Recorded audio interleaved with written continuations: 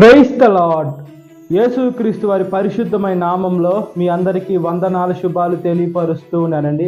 యెషయా గ్రంథం 49వ అధ్యాయం 15వ వచనం. స్త్రీ తన గర్భమున పుట్టిన బిడ్డను కరుణింపకుండా తన చంటి పిల్లను మర్చున వారైనా మర్చుదురు గాని నేను నిన్ను మరువను అని దేవుని వాక్యం సెలవిస్తుందండి. ఈ లోకంలో తన కన్న బిడ్డని ఏ తల్లి మరవదండి. ఏదన్నా కొన్ని సందర్భంలో చూసుకున్నప్పుడు తన తల్లి బిడ్డని మర్చిపోయినా కూడా నేను నిన్ను మరువను అని దేవుని వాక్యం సెలవిస్తుందండి.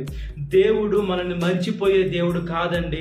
మన జ్ఞాపకాలు ఎప్పుడు దేవుడి దగ్గర ఉన్నాయి. అయితే మనమే దేవుణ్ణి జ్ఞాపకం చేసుకోకుండా ఈ లోకంలో ఉండేటువంటి జ్ఞాపకం చేసుకుంటూ ఉన్నామా, మనల్ని మనం పరీక్షించుకునే బిడలుగా ఉండాలండి.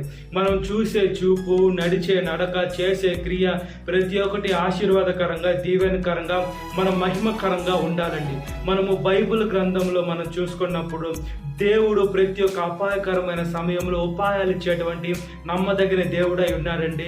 దేవుణ్ణి ఆశ్రయించిన ప్రతి ఒక్క మనుషుడు ఎవరు కూడా దేవుడు ఆశ్రయం పొందకుండా, దేవుని సహాయము లేకుండా ఎవరు లేరండి. అద్భుతమైన సహాయము దేవుడు చేశారండి. మన జీవితాల్లో కూడా సహాయం చేయాలని కోరుకుంటున్నారు.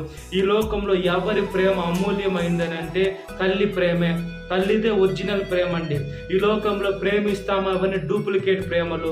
అదేవిధంగా దేవుడు కూడా తల్లి కన్నా ఎక్కువగా ప్రేమిస్తున్నాడు. తల్లి పేగు బంధం అండి. తమ కన్న బిడ్డని పేగుతో తమ కడుపులో 9 నెలలు మోసి కంటుంది.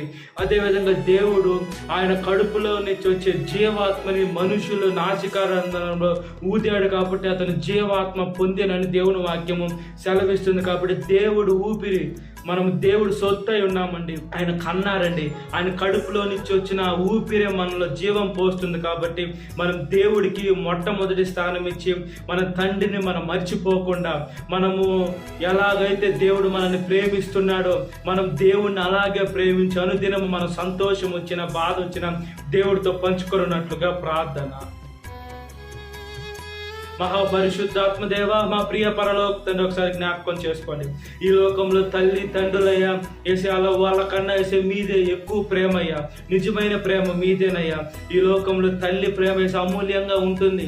వేసే తమ కన్న బిడ్డని తల్లి అయితే మర్చిపోలేదు. కొన్ని సందర్భంలో మర్చిపోవాల్సిన సమయం వచ్చినా కూడా నేనైతే నిన్ను మరువనని దేవుని వాక్యం సెలవిస్తుంది. ఒకసారి జ్ఞాపకం చేసుకోండి అయ్యా.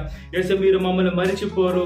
మీ ప్రేమ గొప్పదైందయ్యా. మీ ప్రేమ పరిశుద్ధ యేసు మీద అగాప్యమైన ప్రేమయ్య. మీ ప్రేమ లోతు, పొడుగు, ఎత్తు, వెడల్పు మీద ఎంతగానో నమ్మదగిన దేవుడు.